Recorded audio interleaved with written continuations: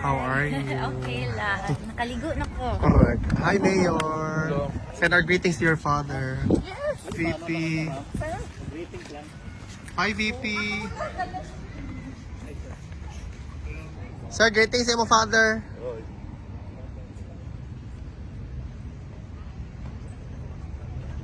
Una po, meron bang special reason na request na kayo na sabay-sabay at ano yung mensahe niya sa inyo na nabuo kayo ngayon sa inyong dalaw? Yes, oo, mga last month siguro yun, no, nagsabi siya kay Veronica, kay Kitty na gusto niya sana na personal kami makausap. Kaming apat na magkakapatid at meron siyang mga sasabihin. So nag-schedule kami ngayon na nandito kaming tatlo during sa shift or sa time kung kailan na bibisita si Kitty. Sinunod namin yung schedule niya kasi siya yung may pasok sa school. So sumabay kami sa kanya. Tapos ayun, binigyan kami, nagpapasalamat kami sa ICC, sa detention unit dahil pinayagan nila na 4 na adults sabay-sabay na bumisita. Meron kasing limit sila sa pagbisita. But binigyan nila kami ng isang araw na sabay-sabay kami 4 na magbisita kay dating Pangulong Rodrigo Duterte. Ano pong mensahe niya sa inyong apat?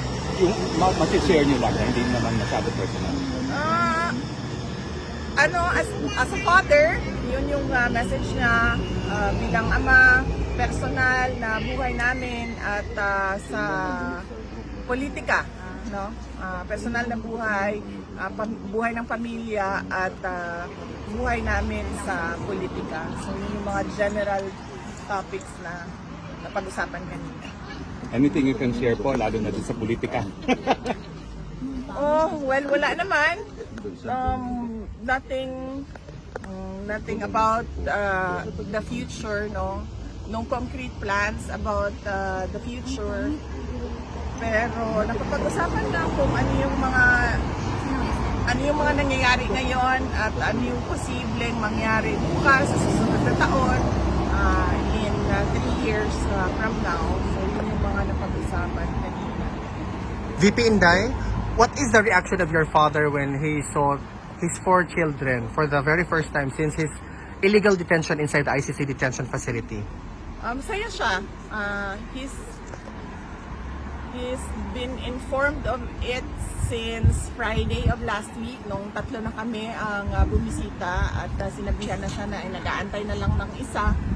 And Wednesday this week, meron kaming approved visit na kaming 4. So masaya siya na nakakausap niya kami. At medyo maingay kanina kasi 3 sabay-sabay, 4 sabay-sabay na nagsasalita. At some point, sinabi ni Basti na hindi na ako magsasalita kasi walang nakikinig sa akin. So, medyo siguro na-miss niya yung ganon na discussions, na labo-labo, sabay-sabay nagsasalita lahat. At masaya siya na nakabisita kami ng 4. VP Inday, how's the health situation of your father? Okay naman siya.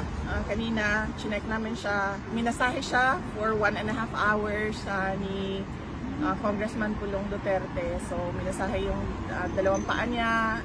And then, inano yung circulation because napansin niya no, na medyo gray, ashen gray yung kanyang isang paa. So, minasahe ng maayos para maayos din yung circulation. Minasahe yung 2 arms niya, yung likod niya, yung kanyang leeg, minasahe din ni Congressman Pulong Duterte. And before kami pumasok, kinausap ako nung isang nurse. Sabi niya na kapag meron daw, sabihin ko daw sa lahat ng mga bibisita na huwag daw siya bigyan ng snacks. Kasi merong vendo doon sa loob kung saan kami bumibili ng Coke Zero, ng soft drinks, ng juice. Huwag daw bumili ng snacks doon kasi sobrang taas ng kanyang sugar ngayon at gusto nilang pabilisin yung pagpapababa ng sugar. So pinagbawalan siya kumain pero inalaw naman siya sa kanyang Coke Zero kung mag-request siya. Basta ang sinabi lang nila is that minomonitor nila yung pagkain niya sa taas, kaya wag siyang bigyan ng snacks dahil hindi nila ma-monitor ang sugar doon. And nakikita nila nagsispike yung kanyang sugar, blood sugar. So, pinagsabihan kami wag mag-share ng snacks. VP, just to follow up on that, how do you feel personally when you saw all of your siblings together with your father to meet him for the very first time? Ako? Together with all of your siblings. Yes, personally, VP, sa'yo. How do you feel? Hindi ko naisip yun First time pa natin na apat na since birth. Sa pagbisita, VP. Wala akong feelings. Wala. Hindi ko naisip yun.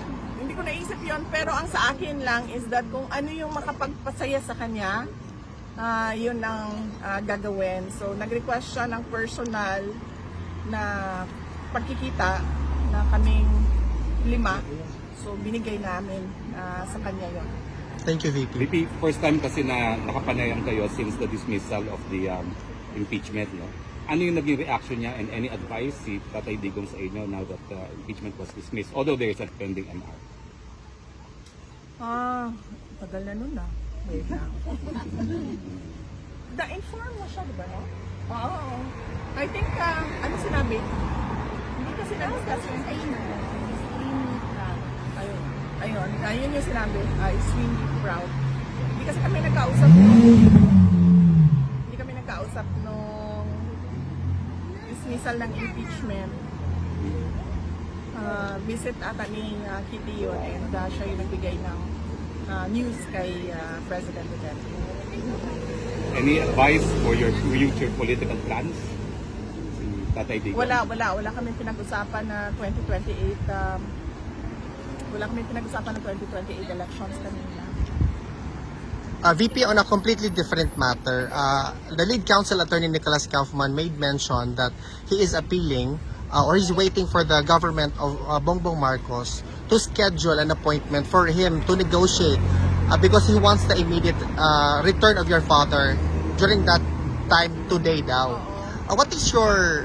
Can you weigh in to this statement of Attorney Nicholas Kaufman? Is that possible or should we ask this question na lang kay Attorney Kaufman? I think it is best if we ask Attorney Nicholas Kaufman to explain his statement. Kasi I cannot speak for him and I cannot say kung ano yung I cannot say what his plans are. Thank you, VP. But do you think PBBM will allow him back? I cannot speak for BBM as well. CIA, siguro tanungin mo? Si. CIA.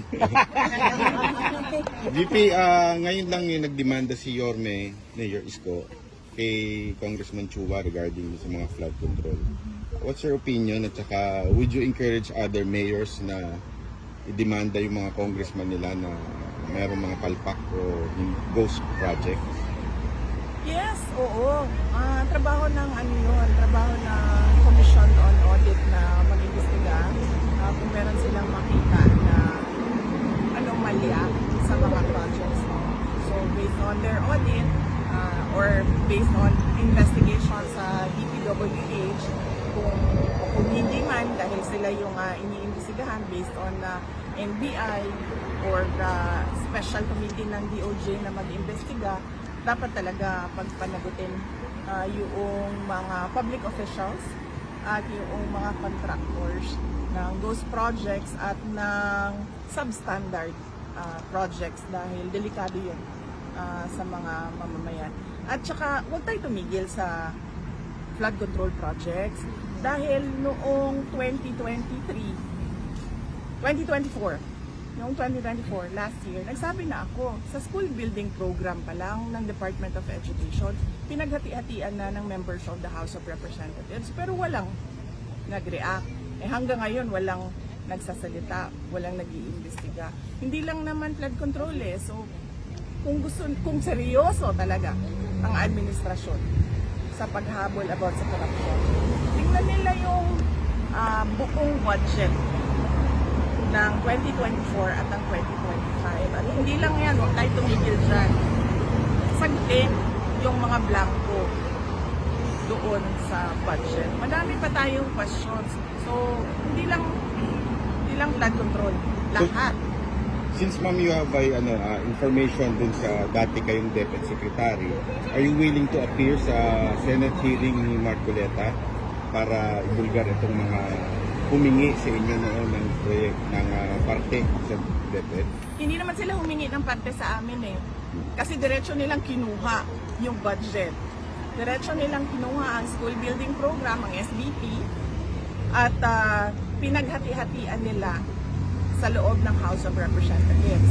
At diretso nilang inattach yung listahan nila doon sa GAA version, House version ng GAA. At inakyat nila sa Senate. In fact, during the Senate hearing ng Department of Education, lumabas yun at tinanong yun ni Senator J.B. Estrada. Pero nung nagsabi kami, at alam yun ni BBM, wala naman siya reaction eh. So, kaduda-duda kung bakit bigla ngayon meron tayong investigasyon sa flood control projects. Kung seryoso talaga sila, and si BBM alam niya yan, kasi governor siya dati, mayor ako dati, alam natin lahat kung ano yung anomalya, ano yung korupsyon sa budget ng gobyerno, sa projects ng gobyerno. Saan lahat ang investigation? And ma'am, any comment dun sa latest na sinabi ni BBM na lifetime check daw ng mga official? Oo! Dapat lang.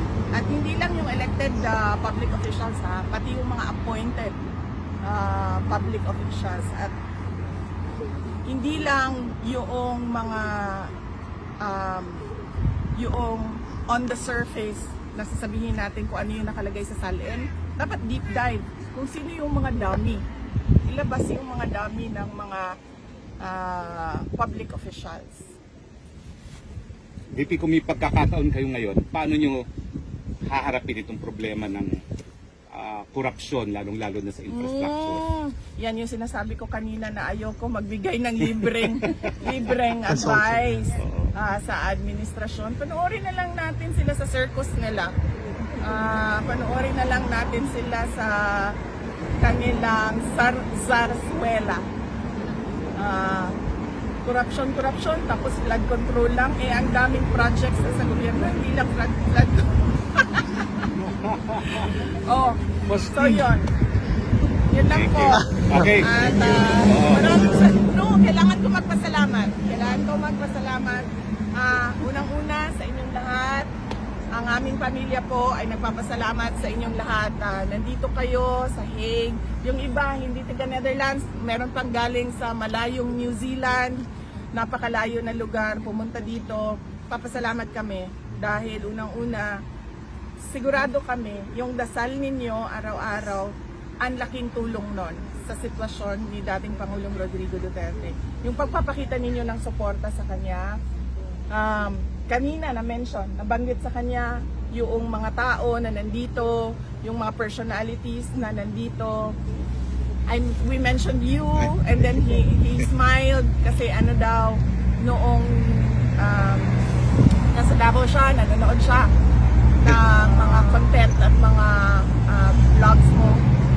So, nagpapasalamat siya at nagpapasalamat kami lalong-lalo na mga anak niya sa tulong ninyo sa kampanya at sa tulong ninyo sa dasal ninyo at sa pagpapakita ninyo ng support sa Pwede ba ho si Pangulong Anton Duterte. SMNI? Yes, yes. Last question.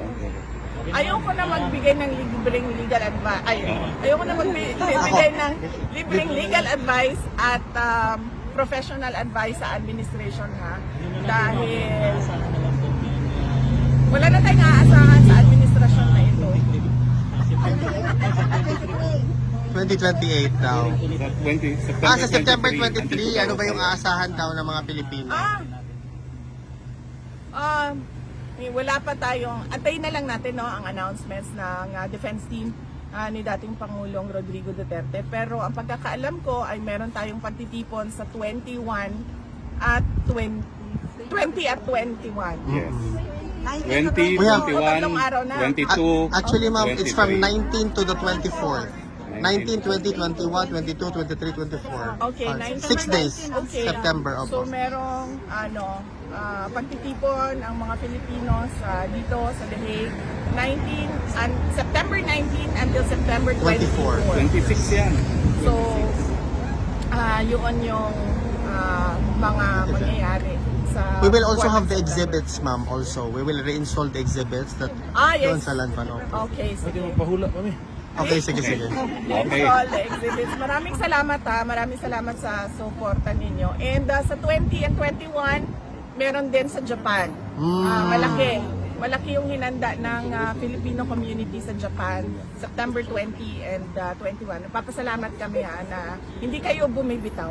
Yes. Maraming salamat. Hanggang sa dulo. Hanggang sa dulo. Ang tanong, malaki rin ba dito sa Netherlands? Malaki rin ba? Sigurado kayo? Thank you, VP. Salamat. Mami, oras ba for picture?